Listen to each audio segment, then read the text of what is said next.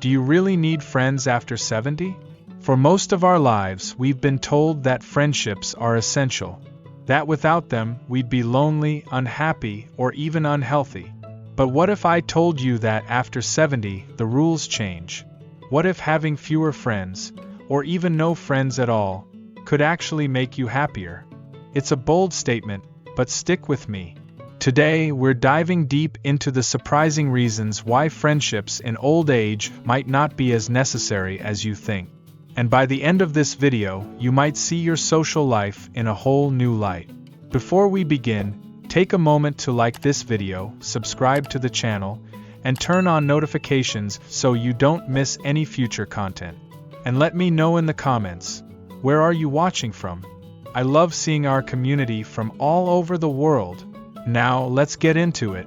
The energy you have after 70 is different. Imagine this. You're in your 40s or 50s. Keeping up with friends feels natural. You have the energy to meet up for lunch, go on trips, and talk for hours on the phone. But after 70, something changes. Energy becomes a limited resource. Your body slows down.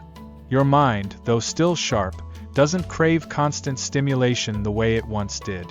And suddenly, things that used to be enjoyable, like long social gatherings or keeping up with multiple friendships, start to feel exhausting. Take Barbara, for example. She was the social butterfly of her friend group in her 50s, always the one organizing get-togethers, making phone calls, and keeping in touch. But now, at 74, she finds herself dreading the very same activities she once loved. I love my friends, she says. But honestly, sometimes I just want to be left alone. I don't have the energy to be the friend I used to be. This feeling is more common than you might think. It's not about not caring, it's about preserving your well-being. After 70, your body and mind require rest. The emotional energy that friendships demand can start to feel like a burden, rather than a joy. Friendships become more work than reward. Friendships require maintenance. Even in old age, they involve keeping in touch, being emotionally available, remembering birthdays, making plans, and all of that takes effort. Now, think about the friendships you've had over the years. How many of them were truly effortless? Sure, some friendships feel easy, but many require work. And as you age, the question shifts from who are my friends? To which friendships are actually worth my energy? Take Roger, a retired professor who spent years nurturing a large social circle. At 71, he found himself exhausted trying to keep up with old friends who had moved away, changed, or no longer shared the same interests. I realized I was keeping certain friendships alive out of obligation, not enjoyment, he admitted. Once I let go of the ones that drained me, I felt lighter, happier. Letting go of friendships that feel like work isn't selfish, it's self-care. Aging teaches you the value of solitude. Here's something no one tells you. Loneliness and solitude are not the same thing. Many people fear that having fewer friends will make them lonely. But in reality, learning to enjoy your own company can be one of the greatest gifts of aging. When you're younger, solitude can feel uncomfortable. You crave social interaction, validation, and the energy of others. But after 70, solitude becomes a source of strength. Take Helen, for instance. She spent most of her life surrounded by friends, always filling her days with activities and conversations. But at 76, she found that she preferred the quiet. For the first time in my life, I actually enjoy being alone, she said. I read more, take long walks, and just sit with my thoughts. And you know what? I'm perfectly happy. Solitude allows for self-reflection, peace, and a deeper connection with yourself. Instead of spending energy maintaining relationships, you get to focus on what truly makes you happy. We'll explore why having fewer, but better friendships in old age isn't just normal, it's one of the keys to a happier, more peaceful life. Why too many friendships can be a burden. Have you ever felt exhausted trying to keep up with everyone? Answering phone calls, responding to messages, making plans. Sometimes it starts to feel like more work than joy. That's exactly what happened to Frank, a 73-year-old retired engineer. For decades,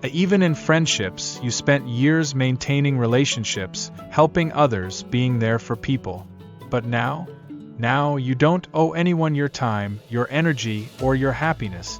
For the first time in your life, you can finally ask yourself, what do I truly want? This was exactly what happened to Eleanor, a retired schoolteacher who spent years caring for her family and maintaining friendships she no longer enjoyed. One day, at 75, she woke up and thought, I have spent my whole life taking care of others. When do I get to take care of myself? So, she made a decision. She stopped forcing herself to meet up with friends she didn't enjoy. She stopped feeling guilty about saying no to things she didn't want to do. She started prioritizing her own peace, her own health, her own happiness, and she never looked back. The moment I put myself first, I felt free, Eleanor said. I realized this is my time. I don't have to please anyone anymore. Why self-focus is not selfish. One of the biggest struggles many people face in old age is guilt. They feel guilty for saying no. They feel guilty for not keeping in touch. They feel guilty for choosing peace over social obligations. But let me tell you something. Prioritizing yourself is not selfish. It's necessary. Your time is precious. After 70, every day is a gift. And the biggest mistake you can make is spending your final years trying to meet the expectations of others instead of doing what makes you happy. I used to feel guilty for not calling people back, said Richard, an 80-year-old retired mechanic. Now, I don't apologize for protecting my peace. If a friendship feels like work, let it go. If a relationship drains you, step away. If something doesn't bring you joy, stop doing it. Your time is your own now, and you deserve to spend it in a way that makes you happy. What happens when you put yourself first? When you stop worrying about friendships and start focusing on yourself, something incredible happens. You feel lighter. No more social pressure, no more obligations. You have more energy, less stress, more peace. You start enjoying life on your own terms. Travel, hobbies, self-care, whatever makes you happy. You stop seeking validation from others, because true happiness comes from within.